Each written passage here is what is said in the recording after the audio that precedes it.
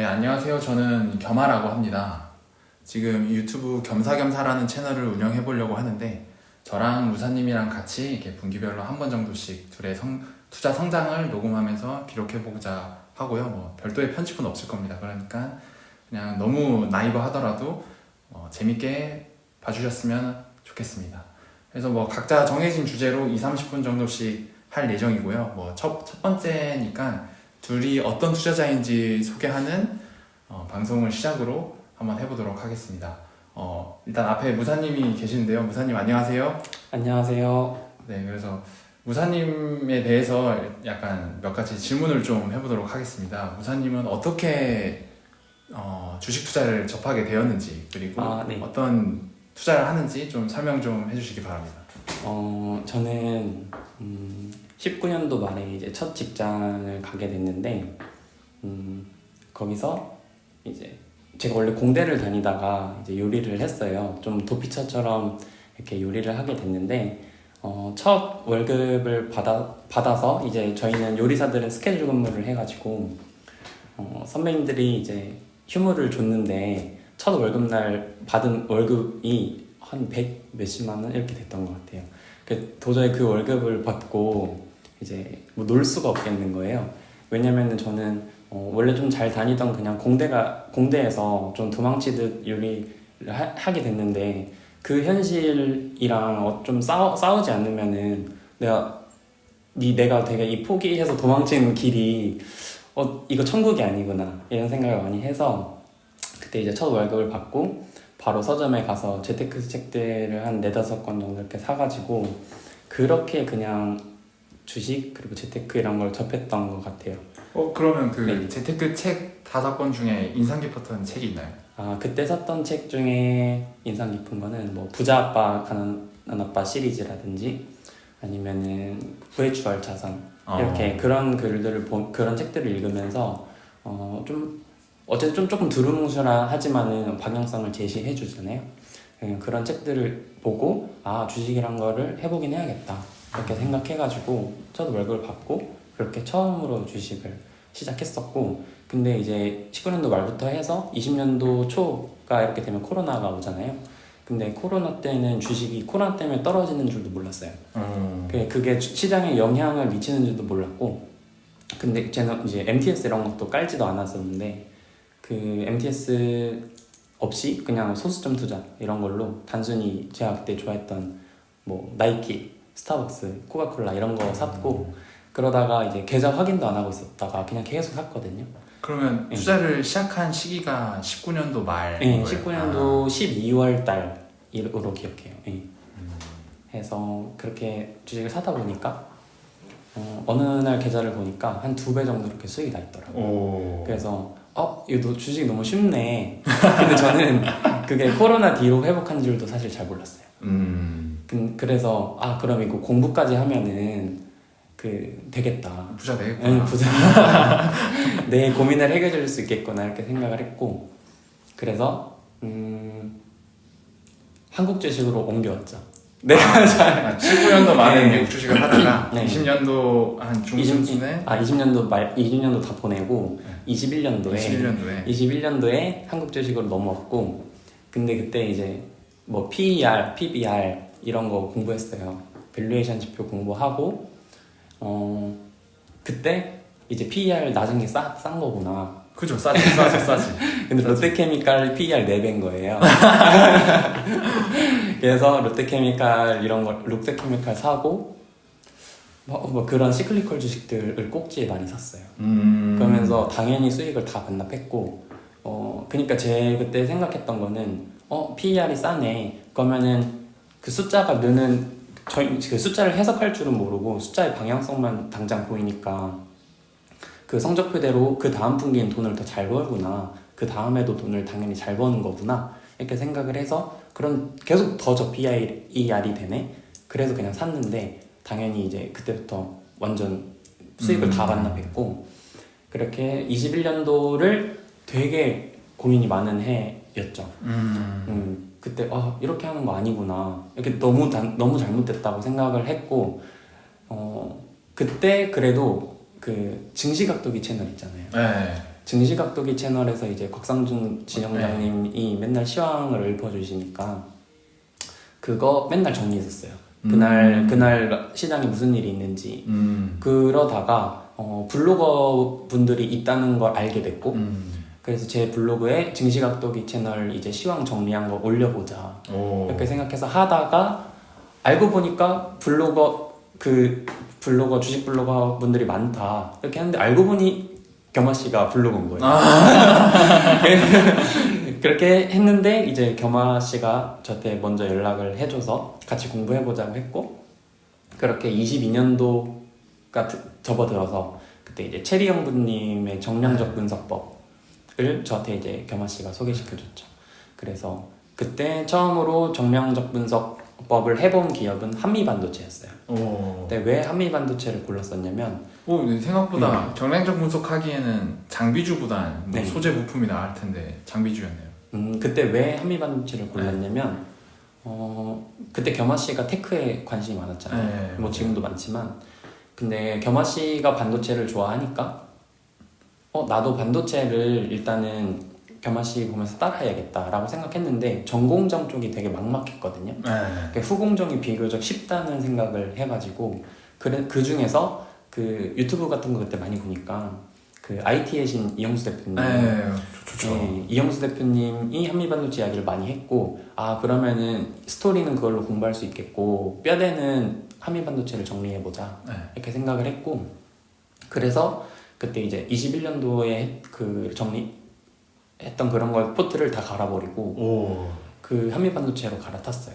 한미반도체로 갈아탔고 뭐 그 당시에 뭐 손해보험 이런 쪽도 그때부터 계속 저는 관심을 많이 가졌어요. 근데 그럼 21년도에 한미반도체면 22년도에 네. 작살 났겠는데? 작살이 났죠. 원래 주식은 그러면서 배우는 거니까 어쨌든 근데 한미반도체를 그렇게 쭉 보유했고 그리고 추가로 공부했던 게 네페스사크였어요. 근데 제가 21년도에 계좌 이제 수익률을 다 반납했는데 그 다음 잡은 게 또 하필이면 반도체였고 한미반도체 네페스사크 이렇게 되니까 근데 네페스사크는 지금 결과론적으로 반토막이 났던 기업이고 그때 네페스사크는 뭐 당연히 실수했죠. 어떤 기술 변화를 너무 믿었다거나 그 업계 이해도가 없이 그냥 너무 두루뭉실한 거를 접근했던 것 같고 근데 네페스사크는 제가 그렇게 잘못했다는 걸 알았어요. 근데 한미반도체는 내 아이디어대로 흘러가고 있긴 하구나 이렇게 생각을 해서 한미반도체는 계속 보유를 했고 그러면서 한미반도체는 그 대장주였잖아요. 한미반도체는 그렇게 한 2배 이상 수익이 났고 근데 이제 거기서도 또 복귀할 게 있는데 뭐 HBM을 너무 과소평가했다. 그때 이제 한미반도체를 이제 계좌에서 한미반도체 수익이 막 2배 이렇게 넘게 찍히다 보니까 너무 계속 팔 이유를 찾는다거나 아니면 그 기술 변화를 되게 의미심장하게 공부를 안 했던 게 그게 실수였던 것 같아요. 자 그러면 지금 기업 얘기가 너무 많이 나와서 네네. 그러면 유사님은 어쨌든 그 산업의 변화를 먼저 중요시 여기는 거예요. 전공정보다 후공정을 더 좋게 여겼다는 거 보면 약간 그런 얘기가 그때는 단순히 전공정보다 후공정이 쉽겠다고 생각을 했었어요. 그냥 제가 공부하기 쉽겠다. 그 전공정을 이해하기 좀 어려웠는데 후공정은 비교적 쉬웠고 그래서 여기서 뭔가 한 가지 팁을 드리자면은 어떤 산업을 공부하기 너무 막막할 때 그냥 한 기업을 공부하고 그 다음에 파생되는 것들 가지치기 하다 보면은 알아서 연결이 되더라고요. 그 후공정도 저도 처음에 시작을 해서 후공정 한미반도체를 공부하다 보니까 자연스럽게 이제 뭐 오사트 기업들도 다 공부하게 되고 그 다음에 후공정에 대한 이해도가 꽤 됐다 이렇게 생각을 하고 전공정으로 자연스럽게 넘어가져요. 그러니까 공부도 너무 바텀업으로 전부 다 뭐 쫙 이해하고 넘어가고 싶다 그렇게 하는 것보다는 그냥 탑다운으로 공부하고 연결 짓는 게 오히려 더 좀 빠른 것 같더라고요. 그러면은 투자를 보통 어떻게 하세요? 그러니까 매수나 매도나 아니면 매수 매도 이전에 뭐 이 종목을 투자를 해야겠다거나 하면서 뭐 포트폴리오를 운영한다거나 네네네. 아니면 어떤 투자신지 저는 지금은 포트폴리오를 굴리고 제가 생각하는 포트폴리오는 제가 축구를 좋아하는데 공격수, 뭐 미드필더, 수비수 뭐 다 제 기준이죠. 제 수비수가 누구한테는 공격수일 수 있고 뭐 저는 그런 식으로 비중을 좀 3대 3대 3 뭐 이런 식으로 두고 포트폴리오를 굴리거든요. 예를 들어서 제가 23년도를 맞이하면서 포트를 어떻게 짰냐면 22년 말에 이제 어쨌든 한미반도체를 좀 오래 보유했잖아요. 네. 한미반도체를 오래 보유하면서 내가 기업도 선택도 잘했고 이 산업 접근법도 맞았는데 일찍 접근을 했구나 이렇게 생각을 했어요. 그래서 23년도 초에는 이제 새롭게 맞이해야 되잖아요. 해를. 네. 그때 포트를 어떤 식으로 짰냐면 미드필더는 반도체로 가져갔어요. 반도체가 미드필더? 네, 그때 저는 좀 턴어라운드 22년도 10월 달에 아마 반도체 저점이었던 것 같아요. 네. 그때부터 해서 이제 23년도는 반도체가 내내 좋겠다라고 생각을 했고 그렇게 턴어라운드 하는 방향성이 보이는 애들을 미드필더로 뒀고 그때 미드필더로 제가 뒀던 애가 한미반도체랑 유진테크였어요. 유진테크 같은 경우에는 한미반도체에서 교훈을 많이 얻었죠. 반도체 접근법이 내가 맞는데 시기가 너무 빨랐다면 유진테크 같은 경우는 시기도 아주 맞았어요. 22년도 10월 달에 샀고 23년 내내 가져갔으니까 그렇게 맞았던 것 같고 그 다음에 그때 당시 수비수로 뒀던 기업은 손해보험사들이었어요. 그러면 지금 공격수는 안 들어봤지만 어쨌든 퍼 기준인 거예요? 아니면? 저는 밸류에이션으로 기준하진 않는 것 같고 그때 제가 수비수로 둔 애네들은 좀 누가 봐도 싸요.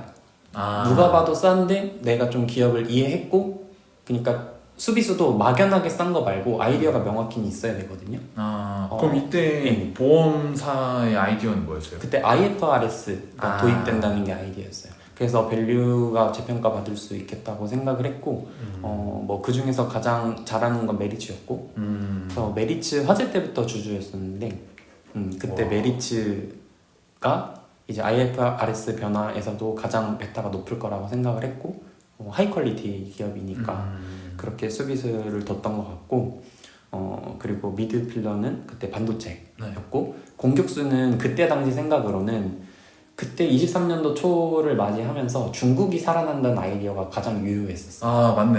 네, 맞아요.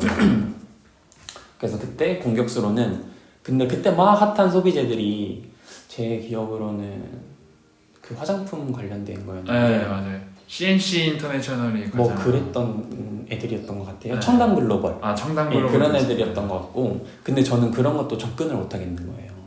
너무 핫해가지고. 네네. 그래서 꼬와서 그때 해운사들을 샀었어요.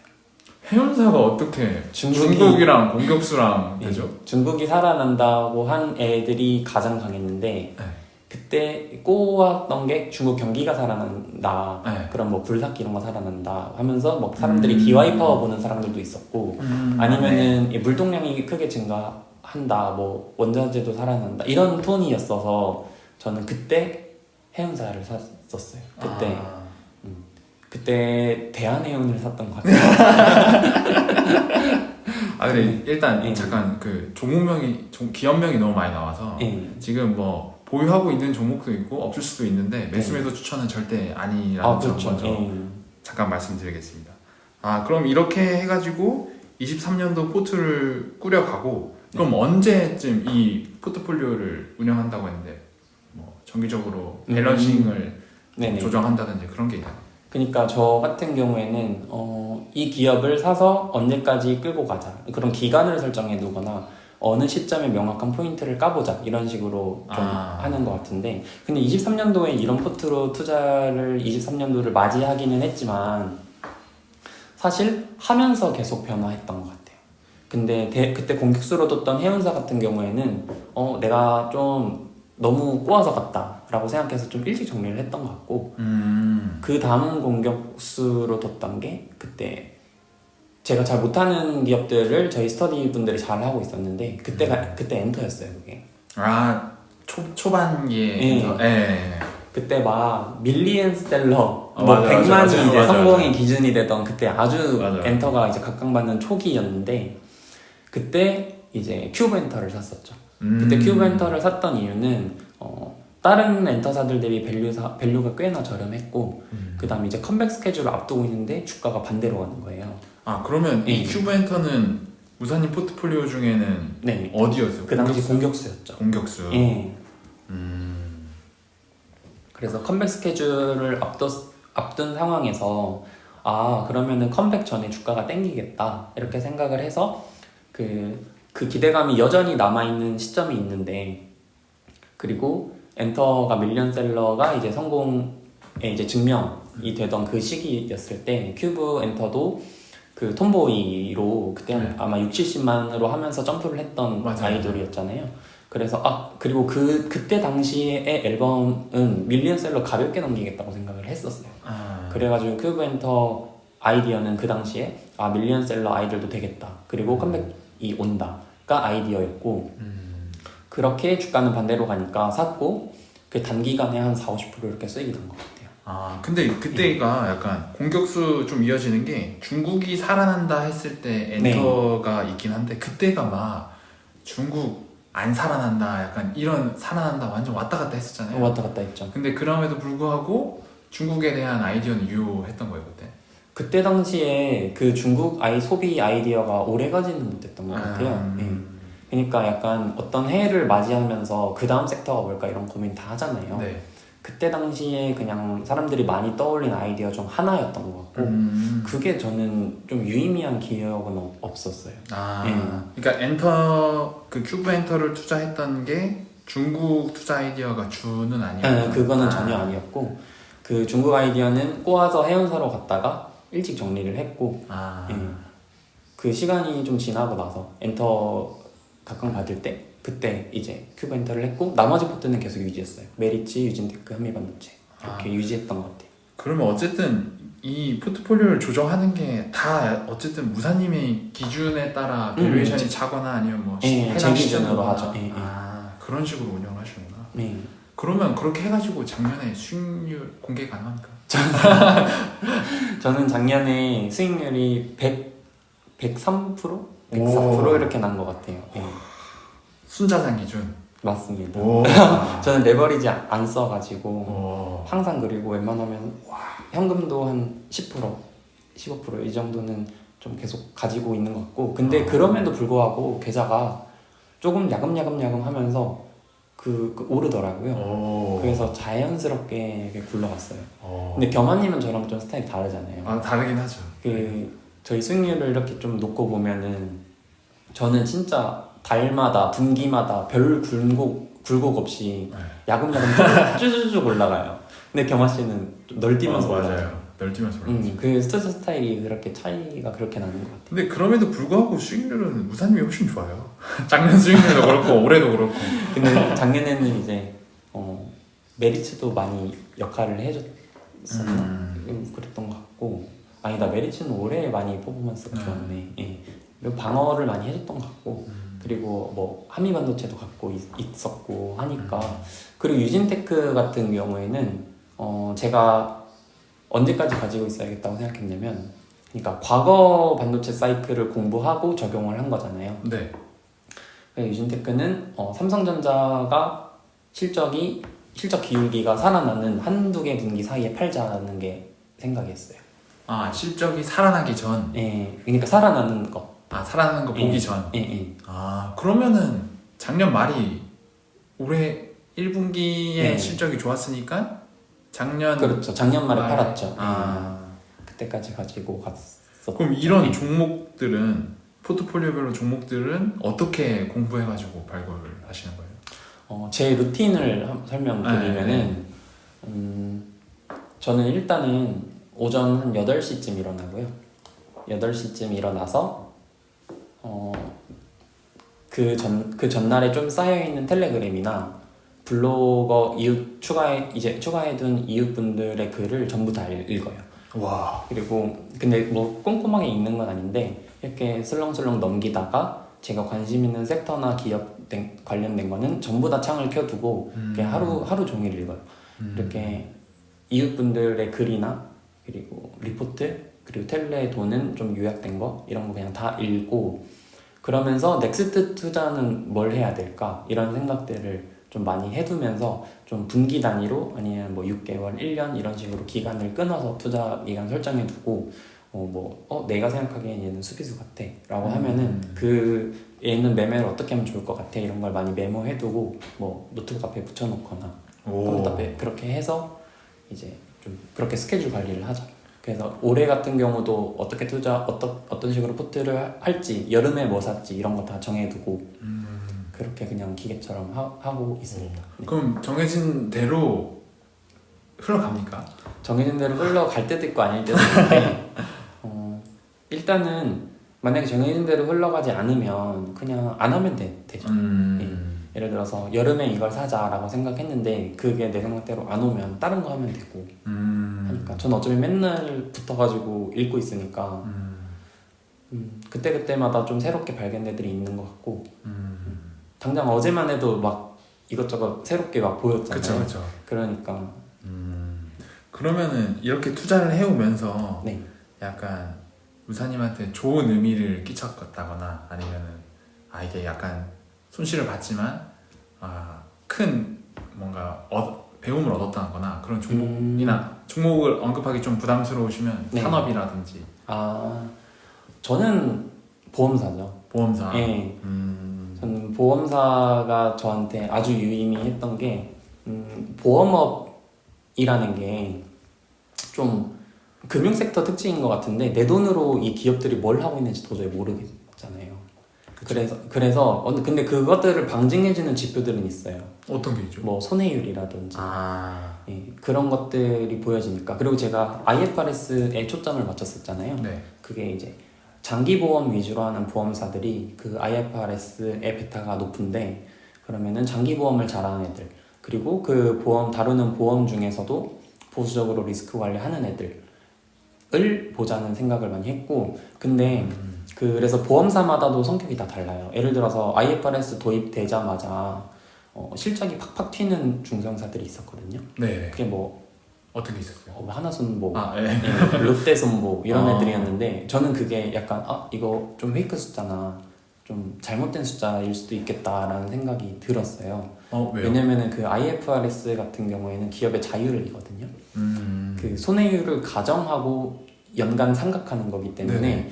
공격적으로 가정한 보험사들은 실적이 높게 보일 수밖에 없어요. 그래서 그렇게 실적이 높게 보이는 분기 동안에 저는 그 두 보험사를 좀 의심을 했고 근데 반면에 보수적으로 가정한 보험사는 지금 숫자가 안 좋게 보일 수는 있겠지만 뒤로 갈수록 숫자가 좋게 드러날 수 있어요. 아니면 가정을 했기 때문에 보수적으로 가정한 보험사 같은 경우에는 환입받는 부분도 생길 수 있거든요. 근데 네. 이 회사가 이거를 보수적으로 했는지 네네네. 아니면 보수적으로 안 했는지는 어떻게 하신 거예요? 근데 보험업이라는 게 사건이라는 게 바로바로 일어나는 게 아니라 사건이 일어날 확률이잖아요. 네.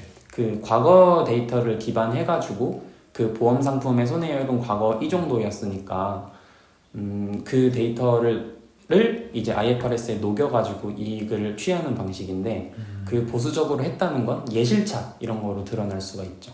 그러니까 예상과 실제의 차이. 예. 그게 계속 예실차가 드러나는 보험사가 메리츠였어요. 근데 반면에 이제 하도 그렇게 IFRS 관련해가지고 이익을 뻥튀기 해서 단기에 끌어오는 보험사들이 많았을 거 아니에요. 그렇게 되니까 당국에서 개입을 했죠. 당국에서 개입을 했고 바로 당국에서 개입하자마자 이번 분기에는 적자 나오는 보험사들이 있겠다라고 생각했는데 그게 롯데손보, 하나손보 이런 애들이 이익이 팍 깎였었어요. 근데 반면에 메리츠는 계속 예실차를 내거나 계속 견조했죠. 그러니까 보수적으로 가정을 해놨기 때문에 환입되는 거나 아니면 이익의 규모가 더 커질 수 있는 가능성이 높은 보험사였죠. 예. 엄청 어렵네요. 근데 제가 보험업을 왜 인상 깊었다고 생각하냐면 네. 각 보험사를 투자자들에 비유해보면은 어떻게 행동하고 있는지 보여요. 그게 무슨 말씀이세요? 그러니까 보수적으로 포트폴리오를 굴리는 기업이 제가 생각하는 옳은 투자예요. 그러니까 기업의 경영을 그런 식으로 하는 보험사들의 의사결정 방식을 제 투자 포트폴리오에 대입해서 많이 생각을 했어요. 그러니까 보험업을 공부해보면 보험업은 현금 흐름을 쫙 당기거나 레버리지를 일으켜가지고 이제 투자를 진행하는 방식이잖아요. 그렇겠죠. 예. 그러면은 투자자들도 똑같잖아요. 자기 현금 레버리지를 끌거나 아니면 자기 현금 내에서 보수적으로 투자를 집행하는 사람도 있고 공격적으로 하는 사람도 있고 네. 한데 저는 장기적으로 봤을 때는 보수적으로 똘똘하게 굴리는 사람이 좀 좋겠다. 좀 내 기준 옳다 이렇게 생각을 해서 저는 메리츠의 방식을 제 투자에 많이 비유해서 생각을 했었어요. 자기랑 닮은 기업을 찾게 된 결과물이겠네요. 어쨌든. 저랑 닮은 걸 찾았을 수도 있겠는데 네. 아니면 제가 메리츠의 그런 기업 의사결정 방식이 좋아서 제가 그걸 맞춰간 걸 수도 있을 것 같고 어쨌든 저는 제 기준 메리츠가 그 금융업에 종사하면서 그 돈을 굴리는 방식이 그 제 포트폴리오 굴리는 방식과 좀 유사하다고 저는 생각을 해요.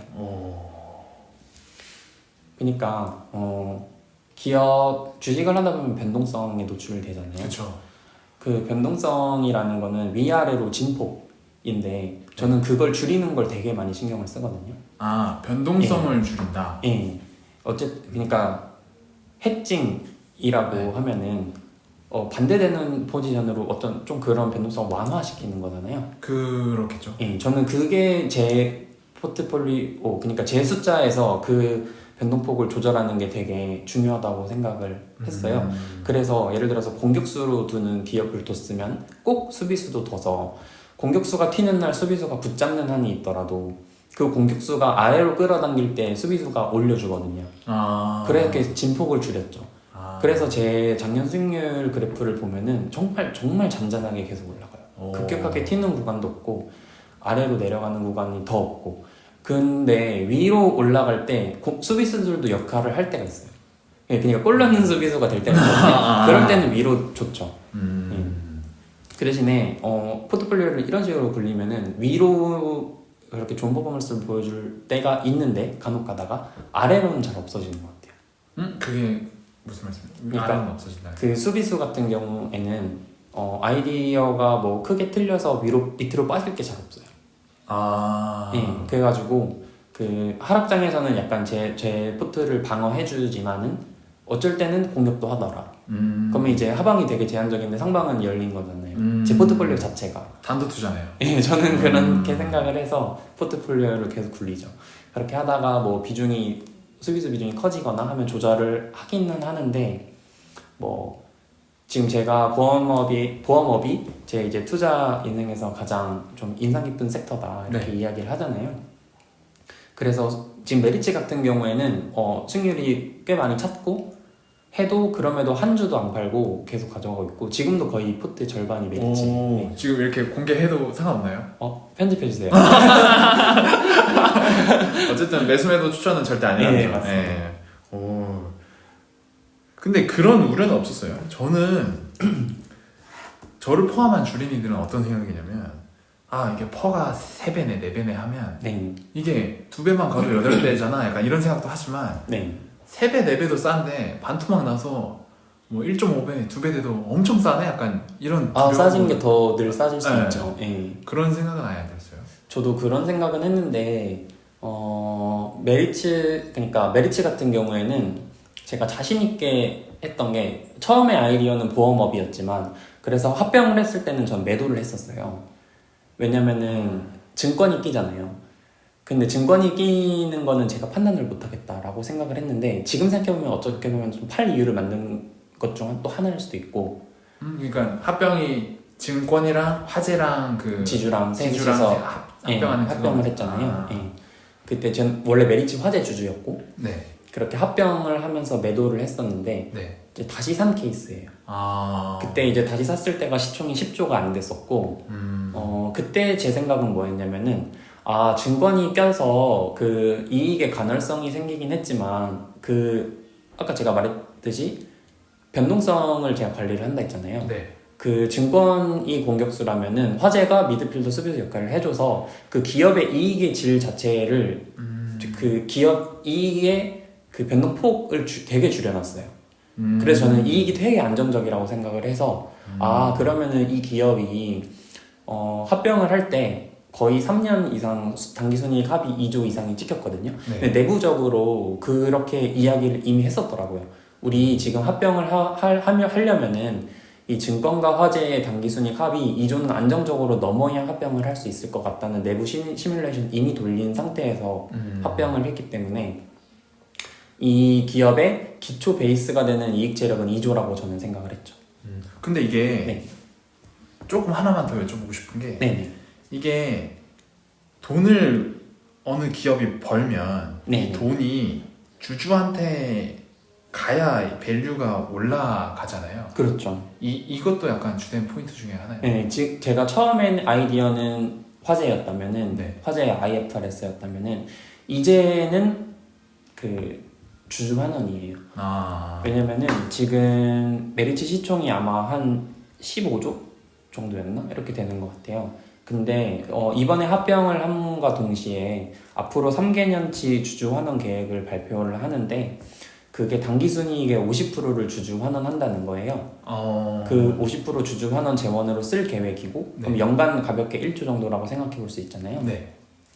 근데 자사주 매입 소각을 하거나 배당을 하는 방식이잖아요. 네. 근데 자사주 매입 소각의 기준을 발표를 했어요. 그게 이제 컨퍼런스 콜에서 김용범 부회장님께서 밝혔는데 네. 그게 포워드 PER의 10배 네. 정도가 이제 자기 회사 내부적으로는 회사 주가가 더 싸니까 자사주 매입 소각이 유리하다고 판단하는 구간이라는 의미예요. 그러면은 단순하게 생각해서 2조 곱하기 10배 하면 20조잖아요. 네. 그러면 기업이 20조가 될 때까지는 자사주 매입 소각을 계속하겠다. 이렇게 저는 생각을 해서 20조가 딥밸류다라고 생각을 한 케이스예요. 그래서 지금 예를 들어서 시총 15조 정도고 여기서 그러면은 유통주식수를 제가 한번 계산을 해봤어요. 네.